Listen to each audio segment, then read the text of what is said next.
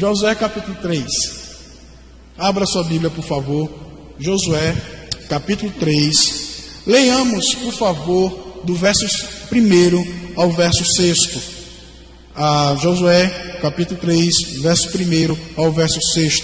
Eu vou estar fazendo a leitura do texto. Diz assim a palavra de Deus: Levantou-se, pois, Josué de madrugada, e partiram de Sitim, ele e todos os filhos de Israel, e vieram até o Jordão, e pousaram ali, antes que passassem. E sucedeu, ao fim de 3 dias, que os oficiais passaram pelo meio do arraial, e ordenaram ao povo, dizendo: Quando virdes a arca da aliança do Senhor vosso Deus, e que os sacerdotes e levitas a levam, partireis vós também do vosso lugar, e a seguireis. Haja, contudo, entre vós e ela uma distância de 2.000 côvados, e não vos chegueis a ela, para que saibais o caminho pelo qual haveis de ir, porquanto por este caminho nunca passastes antes. Disse Josué também ao povo: Santificai-vos, porque amanhã fará o Senhor maravilhas no meio de vós. E falou Josué aos sacerdotes, dizendo: Levantai a arca da aliança e passai adiante deste povo. Levantaram, pois, a arca da aliança e foram andando adiante do povo. Curve sua cabeça, oremos ao Senhor mais uma vez. Pai, muito obrigado pela tua palavra. Temos, ó Deus, a convicção do Senhor que essa palavra é inspirada. Este é o teu livro. Essa é a tua revelação. Aqui, ó Deus, temos a instrução para o nosso viver. Aqui nós temos alimento para a nossa alma. Então rogamos, Senhor, abra os nossos olhos para que vejamos as maravilhas da tua lei e do teu evangelho. Que sejamos edificados por essa palavra. Oramos e pedimos isso no nome de Jesus. Amém. Meus queridos, deixe-me introduzir o que está acontecendo para que você possa entender rapidamente. Todos sabem que o povo de Israel foi cativo no Egito por 400 anos. E o Senhor, por meio de prodígios e sinais, das 10 pragas, libertou o povo daquela escravidão. E Deus havia prometido a Abraão, o pai daquela nação, antes mesmo deles irem para o cativeiro, havia prometido que daria uma terra para eles, uma terra que mana leite e mel. E Abraão até passou por essa terra, dormiu nessa terra. Ele frequentou aqueles pedaços de terra. No entanto, ele não tomou posse. E o Senhor disse: olha, a tua descendência, ela vai ser escrava de uma outra nação, mas depois de 400 anos, eu vou libertar essa nação, e vai ser uma multidão de pessoas, e eu vou trazê-los para cá, para esse local que você está, e aqui eles vão ter a terra deles. Bem, aconteceu isso no período de Moisés, e Moisés morre, todo mundo sabe. O sucessor de Moisés é Josué, justamente esse homem. E eles estão aqui num ponto bem interessante. Eles estão prestes a sair do deserto. Eles têm um rio Jordão diante deles. Só que se você for continuar lendo o texto, o rio Jordão estava transbordando. Era um rio bem longo naquela parte. E também não havia como eles passarem. Eles não conheciam o barquinho. Bichinhos, passaram 40 anos no deserto. Não tem água lá para eles brincarem de barquinho. Eles não sabiam fazer uma balsa, nada disso. Mas o interessante é que entre a saída do deserto e a entrada na terra de Canaã, a próxima cidade, lá do outro lado era Jericó. E percebam um misto no coração desse povo e no coração de Josué. Eles conseguem olhar e da outra margem eles conseguem ver: ali está a terra que Deus falou. Ali está a terra que Deus disse que nos daria. No entanto, se ele olhar um pouquinho para baixo, mas não nos falaram nada de um rio intransponível, de um rio que nós não conseguimos passar. Não nos foi dito nada acerca desse obstáculo. É interessante que aquela nação peregrina, aquela nação que está caminhando rumo a uma terra que lhe foi prometida, tem agora um grande obstáculo, mais um obstáculo. O primeiro, antes de entrar na terra propriamente dito. E agora eles se veem um tanto que numa situação delicada, constrangedora. Como nós vamos passar? Aí você pode se perguntar, o que é que isso tem a ver comigo? Primeira coisa, é interessante, meus queridos, que a Bíblia fala que Israel foi peregrino no deserto durante 40 anos. E a Bíblia nos mostra que, assim como o povo de Deus lá no Antigo Testamento, a igreja do Senhor Jesus, ela também é peregrina. E é interessante também que lá atrás, Deus prometeu uma terra para o povo de Israel. A terra é a Palestina. Está lá a Palestina, foi prometida. Mas Deus também tem uma pátria que Ele nos promete. Mas essa pátria não fica aqui, nesta realidade. Essa pátria será nos dada no dia da vinda de Cristo. E enquanto estamos aqui, nós também somos chamados de peregrinos. No entanto, entre onde nós estamos peregrinando esta vida e a pátria celestial que Deus nos promete, muitas vezes existem obstáculos. Existem coisas que talvez vão tirar o nosso foco, vão fazer com que olhemos para baixo, vão fazer com que olhemos para as adversidades. E essa passagem aqui foi colocada nas Escrituras, não somente para mostrar como Deus abriu ao Rio Jordão, que é isso que acontece logo em seguida, mas para nos mostrar que, como peregrinos, nós temos que aprender algumas lições do Senhor. E eu gostaria de repensar com vocês nesta manhã sobre o tema caminhando rumo a Canaã.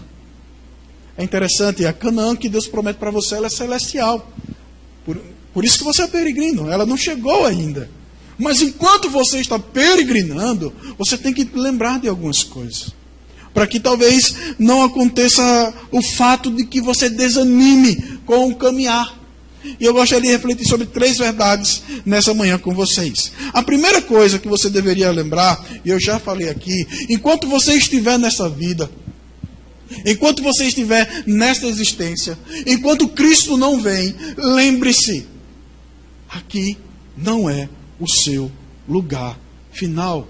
Você não é daqui.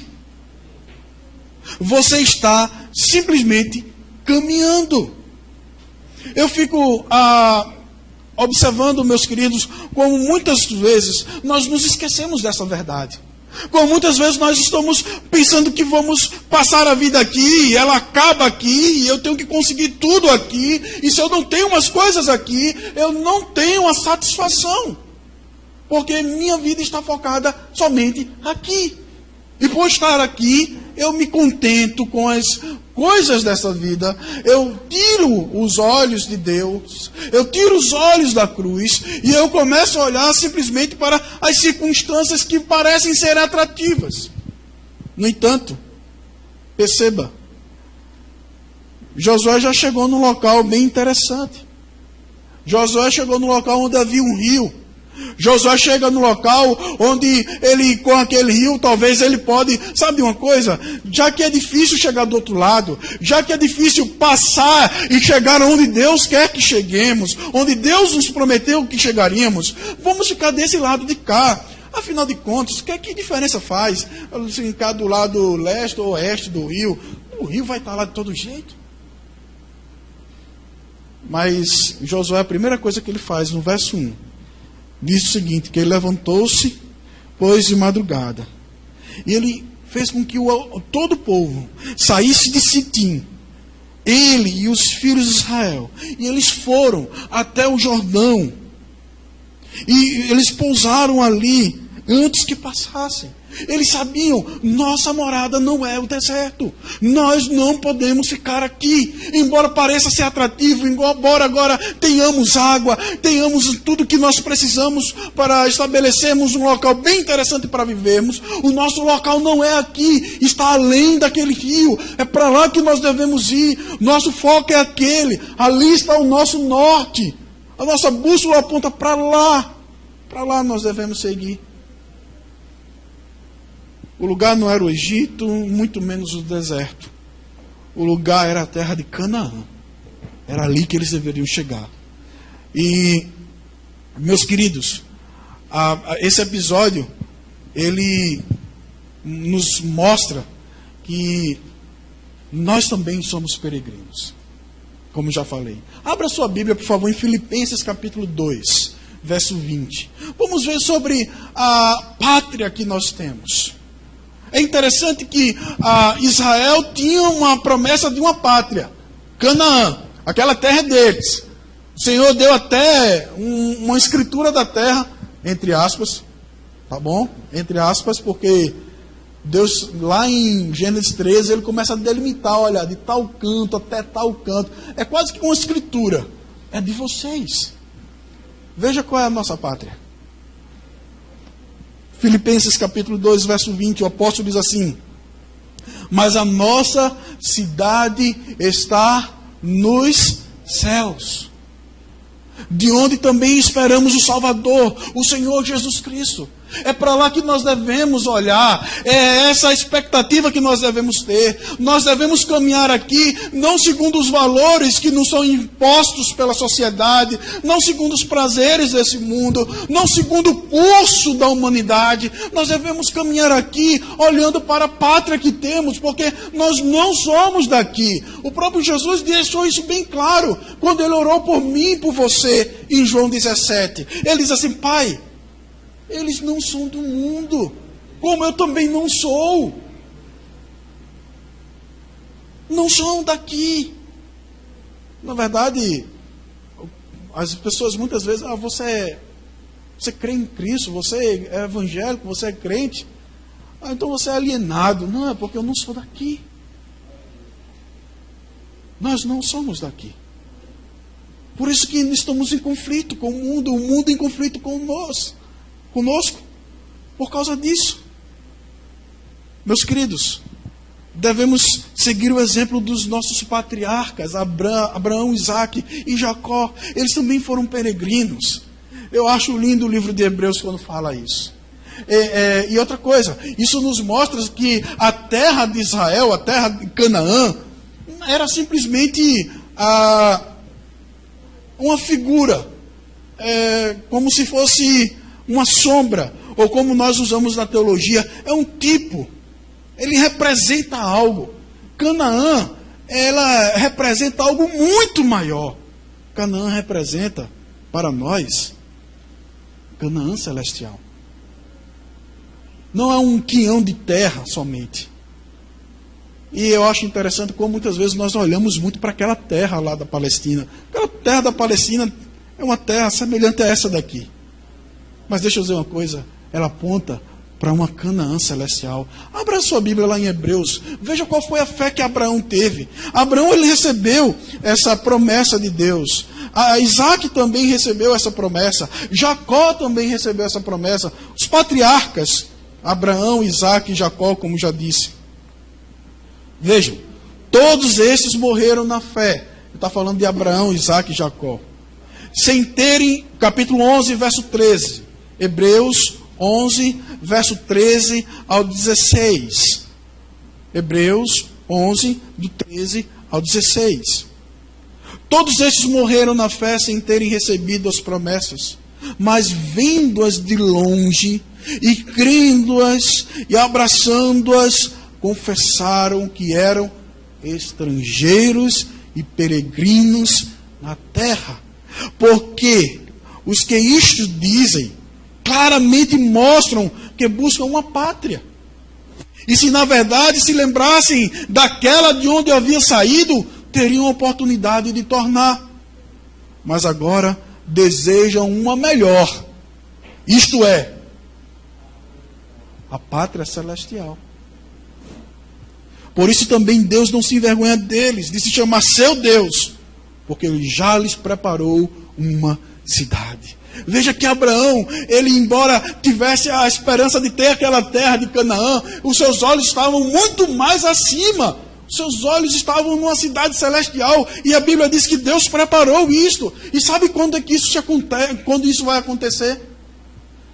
Eu acho lindo. No final do livro de Apocalipse, no capítulo 21. João diz assim: e vi novos céus e nova terra. E via Nova Jerusalém, a Jerusalém celestial. E ela vem adereçada como uma noiva para o seu marido. Veja que o autor do livro, João, ele está dizendo: eu vi essa cidade e ela vai chegar. Só que ela chega no dia que o nosso Redentor vem também. Nós vamos entrar nessa cidade, meus irmãos. Nós vamos entrar nela porque o Senhor prometeu. Todos aqueles que foram lavados, remidos no sangue de Jesus, têm acesso a essa cidade. Mas veja, aqui diz, nesse texto que nós acabamos de ler em Hebreus, que se os patriarcas lembrassem de onde tinham saído, eles poderiam até voltar para lá. Por quê? Porque eles abandonaram a pátria deles. E agora eles estão procurando uma outra, uma nova pátria. Uma pátria celestial. E observe que se ele não tem realmente uma convicção de que a sua pátria é uma pátria nova e celestial, ele poderia muito bem dizer assim: rapaz, eu estou aqui andando em círculos, estou andando há mais de 40 anos, sabe, Deus chamou Abraão aos 75, ele morreu aos 170, se não me falha a memória, aproximadamente 100 anos, e ainda não tenho essa cidade, eu ainda não tenho essa promessa, eu ainda não tenho essa terra. Sabe uma coisa, eu vou voltar lá para Ur dos Caldeus, foi onde ele nasceu, foi de onde Deus chamou ele. Mas é interessante, Abraão nunca mais voltou para Ur. Aquilo que ele deixou para trás não seduz mais o seu coração. Eu fico olhando quantas vezes nós somos seduzidos pelo nosso passado que nós deixamos. Era tão bom. Não, meus irmãos. Pelo contrário. Lembre, o Senhor libertou o povo do Egito. Não era bom servir. Entrar em Canaã é só para quem sai do Egito. Nós fomos libertos do mundo. Não olhemos para trás. Não olhemos para o passado, não nos embaracemos com as coisas dessa vida, não sejamos atraídos pelo que o mundo tem para nos dar. Sabe por quê? Na cidade que você vai, há muita alegria, há muito júbilo, há muita festa. Mas é júbilo, alegria e festa na presença de Deus. É por conhecê-lo, é por fazer a sua vontade. A segunda coisa que esse texto de Josué nos mostra também é que a santidade é um requisito para aqueles que estão peregrinando para Canaã. É interessante, Deus disse no verso 5, através de Josué: disse Josué também ao povo: santificai-vos, porque amanhã fará o Senhor maravilhas no meio de vós. Meus queridos, aqueles que estão caminhando para Canaã não podem caminhar no pecado. Aqueles que caminham para Canaã não podem caminhar de qualquer forma. Aqueles que estão no meio do povo de Deus não podem caminhar como os outros povos caminham. Nós não podemos simplesmente achar que eu posso servir a Deus e viver como se estivesse no mundo. Eu não posso simplesmente achar que estou indo para Canaã com o mundo dentro de mim. Eu tenho que entender que aquele que está caminhando para entrar na terra prometida deveria se santificar. E é interessante, santidade é uma exigência de Deus para o seu povo. Deus exige isso. E é muito mais interessante observar que santidade não deve ser algo pesado para você. Poxa, rapaz, vou deixar aquele pecadinho só para ser santo. Às vezes parece que nós valorizamos mais o pecado, né? Era tão bom pecar, sabe? Chega, enche de água na boca de lembrar desse pecado, né? Então, se você estiver salivando, limpe, viu? Por favor. Porque o pecado parece que ainda está no seu coração. Mas santidade não é isso. Santidade não é imagem de um Deus mau, de um Deus carrasco, de um Deus ruim, que simplesmente não quer que você tenha prazer, de um Deus que é egoísta, somente Ele pode ter alegria e você tem que ver do jeito dele. Não. Santidade é ter prazer de ser como Deus é. É ter alegria de estar sendo formado à imagem de Jesus. Santidade é saber que o que Deus deseja na sua palavra é para o nosso bem, para a nossa vida. O pecado é o contrário, é o nosso mal e a nossa morte. Por isso que nós queremos ser santos. Veja o que Pedro disse na primeira epístola, 1 Pedro capítulo 1, verso 13 e verso 16. 1 Pedro capítulo 1, verso 13 ao verso 16.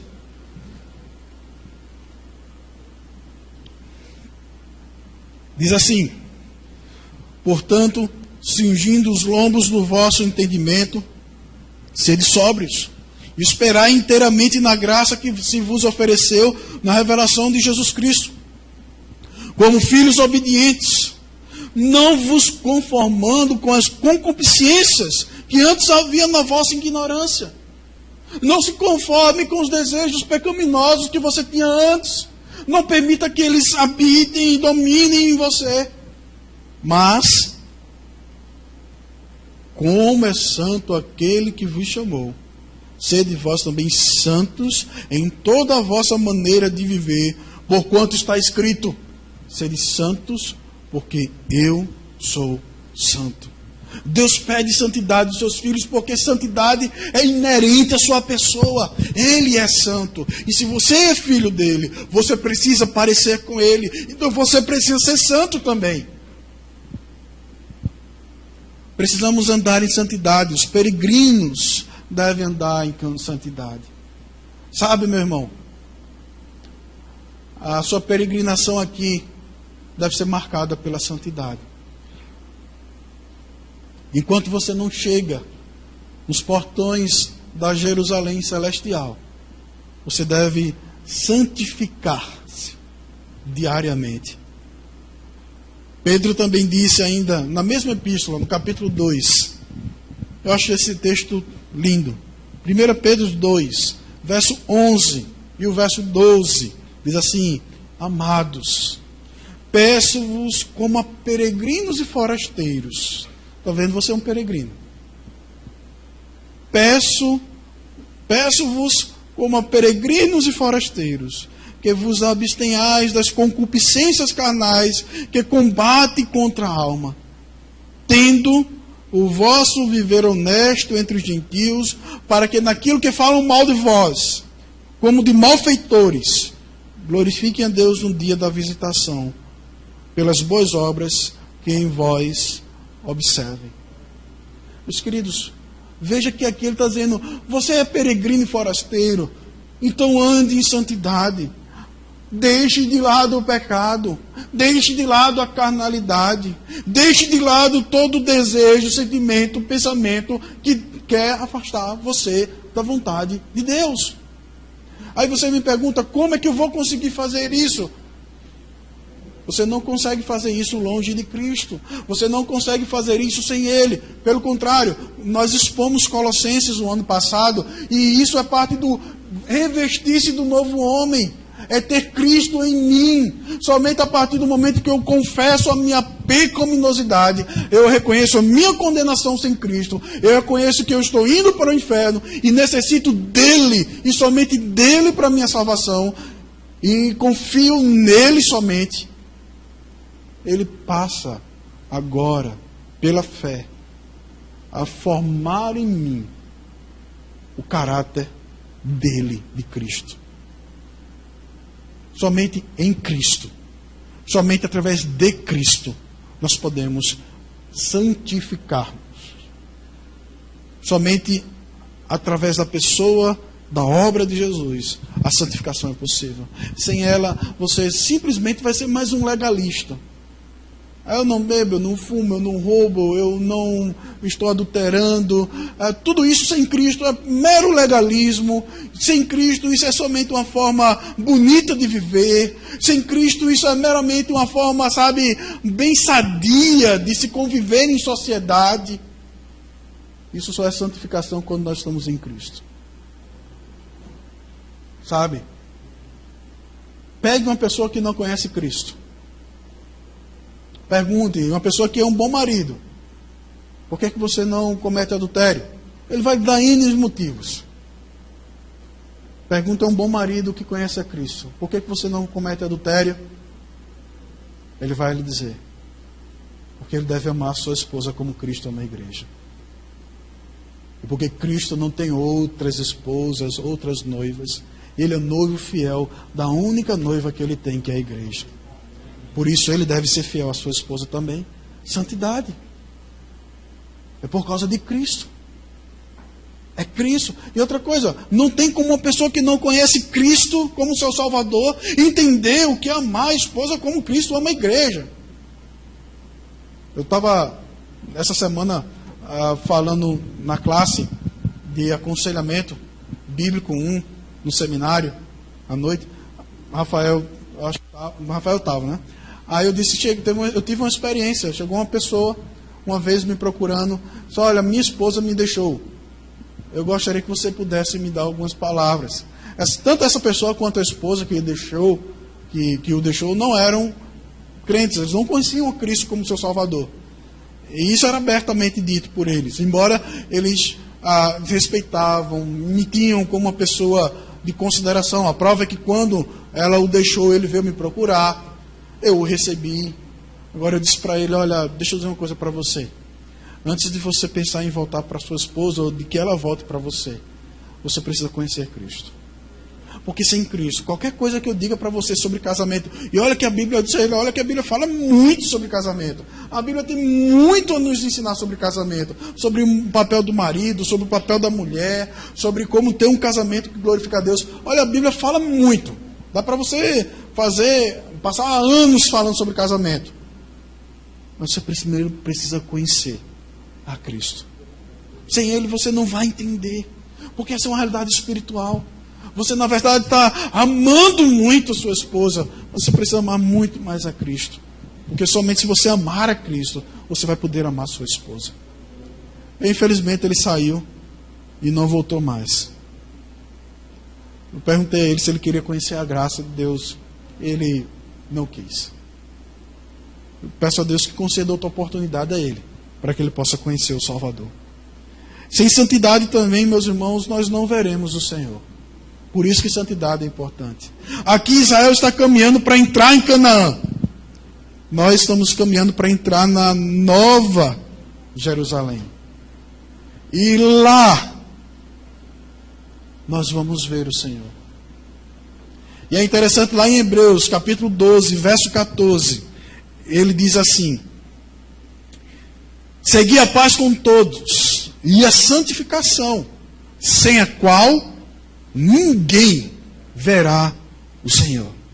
Então santidade, ela não é uma matéria para aqueles que estão começando. Eu já tenho 10 anos de crente, 15 anos, 20 anos caminhando com Jesus. Eu não preciso ser mais santo. Isso mostra que você não entendeu o Evangelho. Você não entendeu o que é morrer para si mesmo. Você não entendeu o que é formar Cristo em você. Você não entendeu nada disso.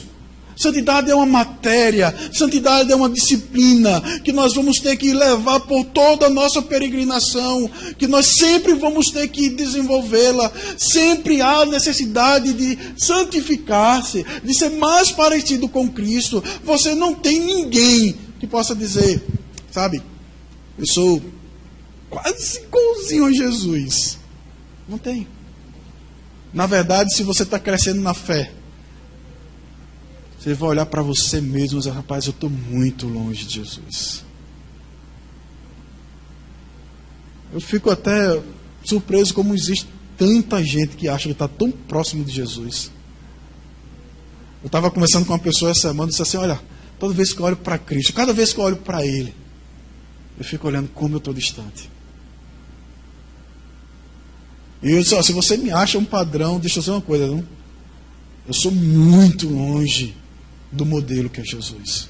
Muito longe. Porque eu me conheço, eu sei quem eu sou. E ninguém nessa sala aqui conhece melhor você do que você mesmo. Só Deus. Deus nos conhece melhor do que nós mesmos. Mas se você olhar para a santidade de Deus, para a santidade de Cristo, você vai olhar e vai ver que você está muito longe. Com isso eu não estou querendo te desanimar. Com isso eu estou dizendo, ó, tem sempre uma tarefa de santificação a cada dia. Tem sempre onde parecer mais com Cristo a cada dia. Tem sempre onde você dá mais um passo rumo ao estabelecimento da imagem de Cristo em você. Então, santificação é uma matéria que deveria ser amada pelo nosso coração, desejada, praticada diariamente, desenvolvida constantemente. Você deveria levantar-se e dizer, Senhor, que nesse novo dia eu possa parecer mais com o teu filho. Eu possa ser mais santo. Eu possa parecer mais com o Senhor. Senhor, tu sabes aquele pecado no meu coração. Eu não venci ele ontem. Fortaleça para que eu vença hoje. Porque sem Cristo você não vai conseguir. John Wesley, muitos devem ter visto no grupo do WhatsApp na igreja. Mas John Wesley disse certa vez: a conversão tira o cristão do mundo. A santificação tira o mundo do cristão. Quando você se converte, você tem agora uma nova pátria. Você não é mais desse mundo. E quando você se santifica, você está tirando o mundo de dentro de você. Terceira e última verdade. Esse texto de Josué, capítulo 3, também nos ensina que nessa peregrinação, quem deve nos conduzir e nos guiar é a pessoa de Deus. Ele é o nosso pastor. Ele é o nosso guia. Ele é aquele que nos conduz. Veja que aparece aqui, tanto no verso 4, diz assim: haja contudo entre vós e ela uma distância de 2.000 côvados, e não vos chegueis a ela, para que saibais o caminho pelo qual haveis de ir, porquanto por este caminho nunca passaste antes. O povo deveria ter uma distância da Arca da Aliança. A Arca da Aliança era uma caixinha, né? Não é aquele negócio gigantesco como aparece nos filmes, né? É uma caixa. E ela tinha 2 querubins entalhados e banhados a ouro. A caixa também era banhada a ouro. E dentro dela havia 2 tábuas da lei, os 10 mandamentos. Era o utensílio mais importante da fé israelita, porque ele simbolizava a presença de Deus. É como se aquele aquele utensílio dissesse: Deus está neste local também. Deus se faz presente de uma forma mais intensa através daquele utensílio. É interessante que eles passaram toda a peregrinação, certo? Com essa arca. E muitas vezes, nas grandes vitórias do povo, ela sempre ia na frente do povo. O povo não tinha lá na frente, não era como é o nome daquele pessoal que vai logo na frente na guerra? Isso. Ele não tinha lá a frontaria, não tinha a marinha, não tinha nada para ir na frente. Quem ia na frente era a Arca da Aliança. É como se ele dissesse: Deus é quem está nos conduzindo, Deus é quem está nos direcionando, estamos seguindo os passos e a direção de Deus. E veja também o que foi dito no verso 6. E falou Josué aos sacerdotes, dizendo: levantai a Arca da Aliança e passai adiante deste povo. Levaram, pois, a Arca da Aliança e foram adiante do povo. A arca ia conduzindo o povo pelo caminho ao qual eles deveriam seguir. E, meus queridos, quem conduz a tua vida nessa peregrinação? Quem é que conduz os teus passos? Quem é que está sendo o teu guia? Quando nós não andamos em santidade, deixa eu dizer, quem está te guiando é a mídia, é a moda, é a sensação do momento, são as vãs filosofias desse mundo, são as propostas mundanas. Quando nós não nos colocamos diante de Deus na leitura da palavra, em oração, quem nos conduz não é Ele. Mas quando nós buscamos santidade, quando nós buscamos parecer com Cristo, quando nós estamos buscando a Deus em oração, na leitura da palavra, na prática da sua lei, nós estamos sendo forjados à imagem de Jesus. Quem está conduzindo os seus passos, então, é Deus. Sabe por que tem tanta gente com problema na igreja? É porque eles não estão sendo mais guiados pelo Senhor. É porque você olha para a pessoa e diz assim, olha, se você fizer isso, vai dar errado. Mas por que, pastor? Porque Deus disse que você tem que fazer de outra forma. Aí daqui a pouco o cara vai, pastor, o senhor não sabe o que aconteceu, deu errado. Eu te disse. Mas você não quis ouvir. Você procurou outros passos. Você procurou outro caminho. Provérbios 14, 12. Diz assim, há um caminho que ao homem parece direito, mas o fim dele são os caminhos da morte. Quantas vezes nós somos guiados pelo caminho que parece direito? Você olha assim, esse caminho é legal. Você nunca passou por ali. Mas deixa eu dizer uma coisa. O meu Deus, Ele conhece aquele caminho. Na verdade, Ele criou todos os caminhos. E Ele já disse para mim na sua palavra, aquele não, filho, vá por aqui. Mas, Senhor, é mais apertado. É por esse. É por isso que você deve seguir. Veja, devemos ter o mesmo sentimento de que Deus é quem vai dirigir os nossos passos. O Salmo 23 é o salmo mais conhecido da Bíblia. Diz assim, o Senhor é o meu pastor, nada me faltará. Deitar-me faz em verdes pastos. Veja o que é que ele diz. Guia-me mansamente a águas tranquilas. Refrigera minha alma e guia-me pelas veredas da justiça por amor do seu nome. A palavra guiar aparece 2 vezes nesse salmo. A ênfase aqui, a repetição é para mostrar que quem conduz a vida é o pastor. É interessante, no Antigo Testamento, nesse salmo, Deus é apresentado como sendo o nosso pastor. Lá em João 10, Jesus diz assim, eu sou o bom pastor. E o bom pastor dá a vida pelas ovelhas. E é interessante que ele continua, o capítulo 10 diz assim, e as minhas ovelhas, elas ouvem a minha voz e elas me seguem. Será que você está ouvindo a voz de Deus e seguindo a Cristo como seu pastor? Talvez você não chegou aonde estão as águas tranquilas e onde estão os pastos verdejantes. Isso aqui é uma figura de linguagem. Talvez você não chegou no local onde a sua alma será fartada ainda, preenchida, suprida, porque provavelmente você está seguindo, está sendo guiado, não pelo bom pastor, mas talvez por outras pessoas. Veja que para que Israel passasse o Jordão, entrasse na terra prometida, eles teriam que serem guiados, deixarem ser guiados pela arca, pela presença de Deus. E é interessante, tem um texto lá no livro do Apocalipse, eu gosto muito desse texto, que mostra que até lá, quem nos guia e quem nos pastoreia é Cristo. Abra em Apocalipse 7, por favor. 7:17. João está tendo uma visão do céu. João está tendo uma visão daqueles que saíram da grande tribulação. Eles morreram. João está vendo eles agora diante de Deus.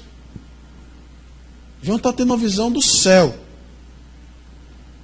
Diz assim, porque o Cordeiro que está no meio do trono os apacentará e lhe servirá de guia para as para as fontes das águas da vida, e Deus limpará de seus olhos toda a lágrima.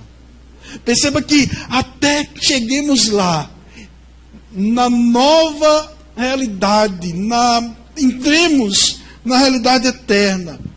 Quando chegarmos lá, Ele continua sendo o nosso guia. Ele nos conduz até lá, e lá Ele continuará nos conduzindo.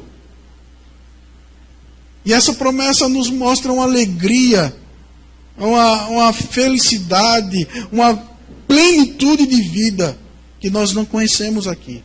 Diz assim: Deus limpará dos seus olhos toda a lágrima. Isso acontece aonde? Na Nova Jerusalém. Abra sua Bíblia em Apocalipse 21. Veja onde é que isso se realiza. Onde é que isso se concretiza? Apocalipse capítulo 21. O Senhor diz: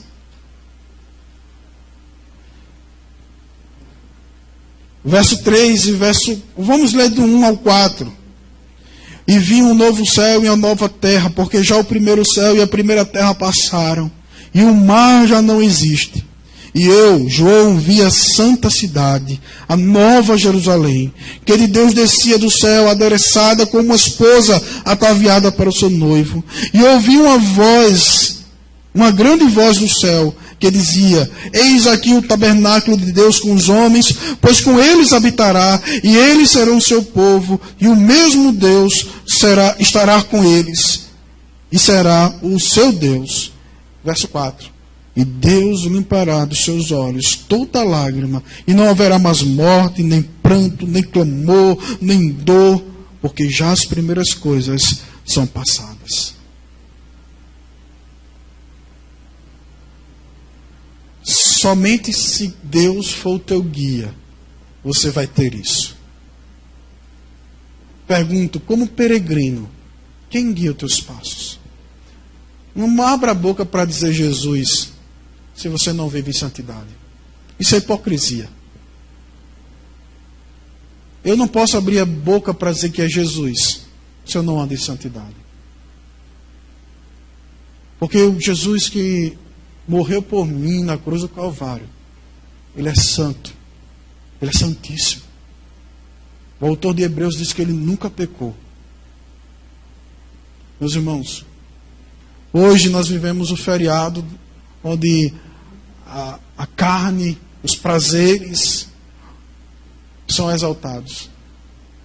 Mas na verdade eles estão celebrando a morte.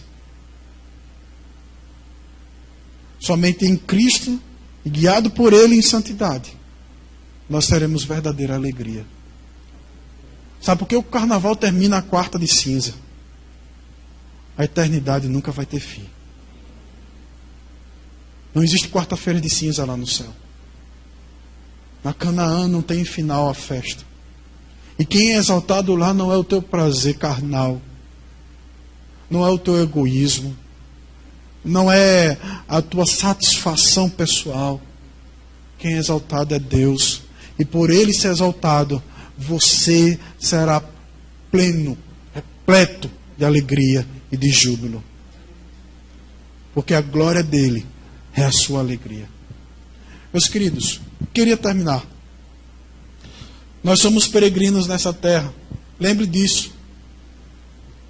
Porque você está aqui e não lá? Porque você é peregrino.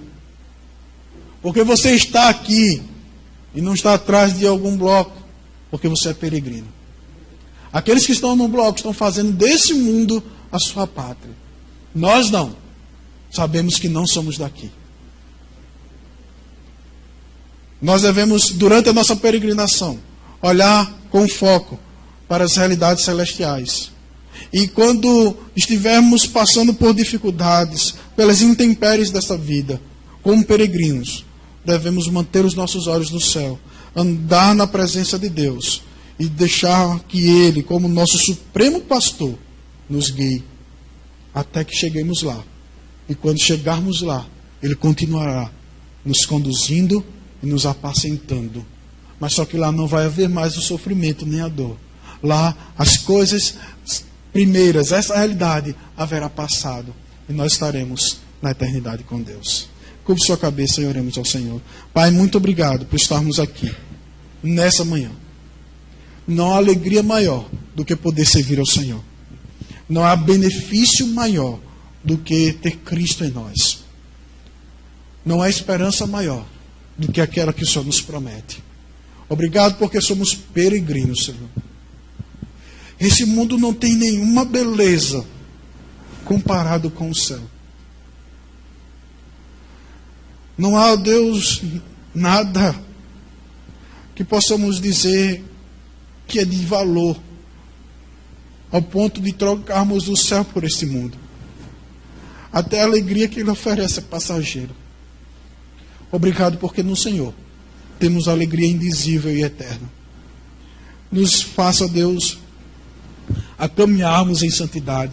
Incline o nosso coração para isso, Senhor. Ó Deus, quebre os ídolos do nosso coração. Ó Deus, não permita que sejamos dominados pela carne, mas como disse o apóstolo, que mortifiquemos os nossos corpos, os nossos membros, os prazeres carnais a cada dia. Não, ó Deus, para que sejamos escravos, ou porque o Senhor é um Deus mau, um déspota, um tirano, mas porque como um Pai bom, o Senhor sabe que isso não é para o nosso bem. Para o nosso bem está a santidade, para o nosso bem está o céu, para o nosso bem estão as promessas que o Senhor tem. Nos ensine a amar mais isto, Senhor. Não permita que olhemos para baixo, mas sempre para a nossa pátria. E fiquemos aqui na nossa peregrinação, aguardando, porque nós não sabemos quando ela virá. Ela pode vir em breve. Que nosso coração deseja o céu, Senhor, porque é lá onde nós passaremos a eternidade. Peço isso para a Tua glória e para o nosso bem. Oro no nome de Jesus. Amém, Senhor.